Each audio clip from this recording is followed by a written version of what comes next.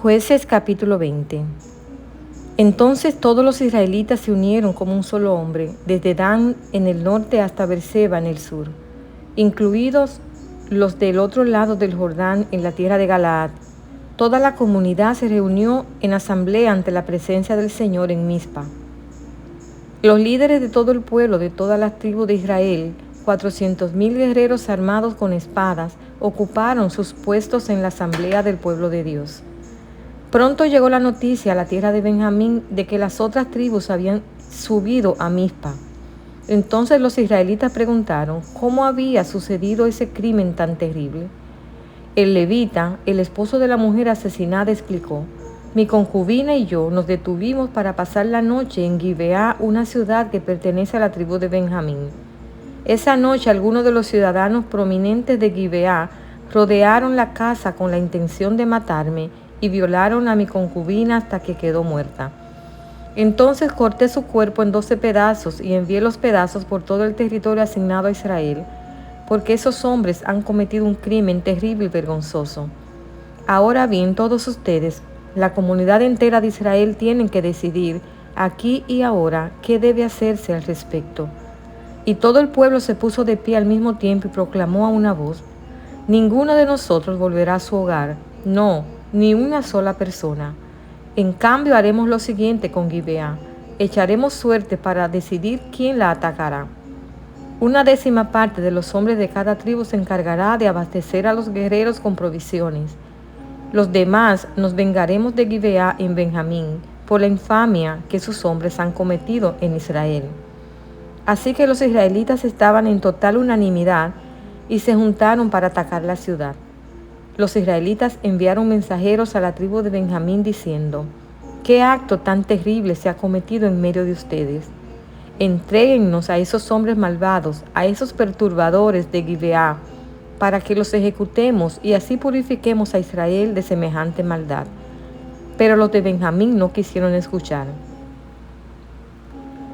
En cambio salieron de sus ciudades y se juntaron en Gibeá para pelear contra los israelitas. En total, de toda la tribu de Benjamín llegaron a Gibeá 26,000 guerreros armados con espadas, los cuales se sumaron a los 700 guerreros selectos que vivían allí. Entre las tropas selectas de Benjamín había 700 hombres zurdos, capaces de tirar una piedra con la honda y acertar en un cabello sin errar al blanco. Israel, a su vez, tenía 400,000 soldados con experiencia en la guerra, armados con espadas, sin contar a los guerreros de Benjamín. Antes de la batalla, los israelitas fueron a Betel y le preguntaron a Dios: ¿cuál de las tribus debe ser la primera en atacar a la gente de Benjamín? El Señor contestó: Judá debe ir primero.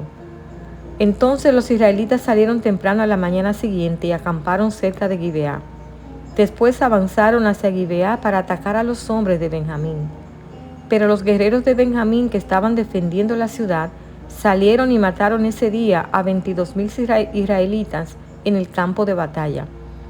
Sin embargo, los israelitas se animaron unos a otros y otra vez tomaron sus posiciones en el mismo lugar donde habían luchado el día anterior. Pues habían subido a Betel y habían llorado en presencia del Señor hasta la noche. Le habían preguntado al Señor: ¿debemos salir nuevamente a pelear contra nuestros parientes de Benjamín? Y el Señor había dicho: salgan a pelear contra ellos. Así que el día siguiente volvieron a pelear contra los hombres de Benjamín. Pero los hombres de Benjamín mataron a otros 18,000 israelitas, todos ellos expertos en el uso de la espada.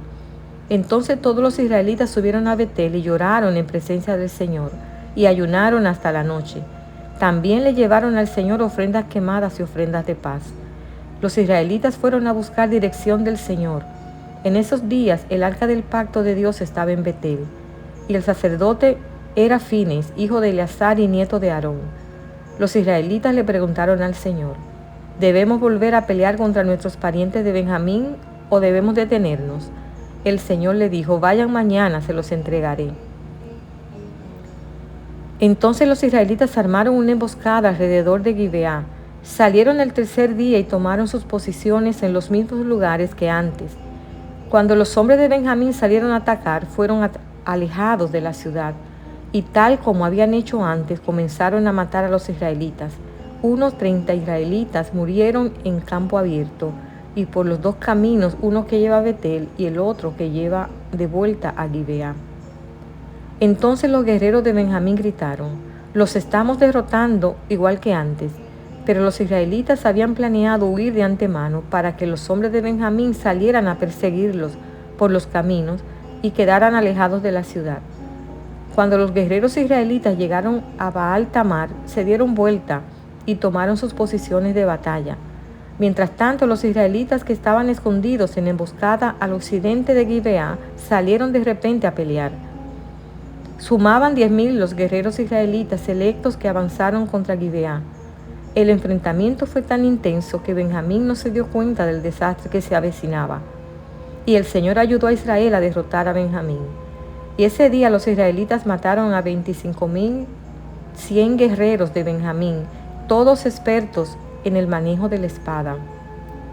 Entonces los hombres de Benjamín se dieron cuenta de que estaban vencidos.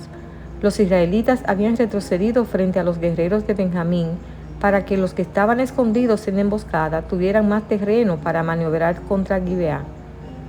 Entonces los que estaban escondidos en los alrededores se lanzaron contra la ciudad y mataron a todos los habitantes. Habían acordado hacer una gran columna de humo desde la ciudad como señal. Cuando los israelitas vieron el humo, se dieron vuelta y atacaron a los guerreros de Benjamín. Para entonces, los guerreros de Benjamín habían matado a unos 30 israelitas y gritaban: los estamos derrotando como en la primera batalla. Pero cuando los guerreros de Benjamín miraron hacia atrás y vieron el humo que se elevaba al cielo desde todos los rincones de la ciudad, los hombres de Israel gritaron y los atacaron. En ese instante los hombres de Benjamín se aterrorizaron, porque se dieron cuenta de que se les venía el desastre encima. Así que dieron media vuelta y huyeron frente a los israelitas hacia el desierto. Pero no pudieron escapar de la batalla, y la gente que salió de las ciudades cercanas también pereció. Los israelitas cercaron a los hombres de Benjamín y los persiguieron sin tregua, hasta que por fin los alcanzaron al oriente de Gibeá. Ese día murieron en batalla 18,000 guerreros, de los más fuertes de Benjamín. Los sobrevivientes huyeron al desierto, hacia la roca de Rimón. Pero Israel mató a 5,000 de ellos a lo largo del camino. Los israelitas continuaron persiguiéndolos hasta que mataron a otros 2,000 cerca de Gidón. Ese día la tribu de Benjamín perdió 25,000 guerreros fuertes armados con espada, y quedaron solo 600 hombres, quienes escaparon a la roca de Rimón, donde vivieron durante 4 meses. Entonces los israelitas regresaron al territorio de Benjamín, y en toda la ciudad masacraron a todo ser viviente, a la gente, a los animales y a todo lo que encontraron. También quemaron por completo todas las ciudades por las que pasaron.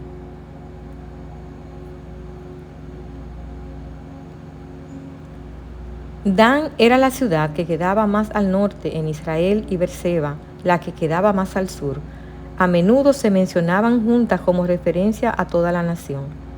Quizás a los jefes benjamitas se le dieron hechos distorsionados acerca del grave crimen en su territorio, o a lo mejor eran demasiado orgullosos para admitir que algunos de su pueblo habían caído tan bajo. En cualquier caso, no habrían escuchado al resto de Israel ni entregado a los criminales. Eran más leales a su tribu que a la ley de Dios. Al protegerse de sus compatriotas, la tribu de Benjamín se hundió en un nivel de inmoralidad tan bajo como el de los criminales. A través de este hecho, vislumbramos hasta qué punto la calidad moral de la nación se había arruinado. El libro de Jueces termina con una sangrienta guerra civil que establece el escenario para la renovación espiritual que vendría bajo Samuel. Este es el único lugar en Jueces donde se menciona el arca del pacto. Tal vez esto nos habla de las pocas veces en las que el pueblo consultaba a Dios. Fines, el sumo sacerdote, fue también el sumo sacerdote bajo Josué. La referencia de Fines como sumo sacerdote y la ubicación del tabernáculo en Betel, el lugar de Silo, quizás indiquen que los sucesos de esta historia ocurrieron durante los primeros años de los jueces. Los efectos de la horrible violación y del asesinato nunca debieron traspasar la comunidad donde ocurrió el crimen. La gente del lugar debió haber entregado a los criminales a la justicia y corregido la negligencia que en un principio permitió el crimen.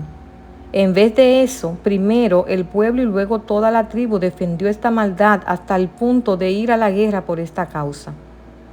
Para evitar que los problemas que no tienen solución se conviertan en conflictos mayores, se debe actuar de inmediato, con sabiduría y firmeza, antes de que la situación escape de nuestro control.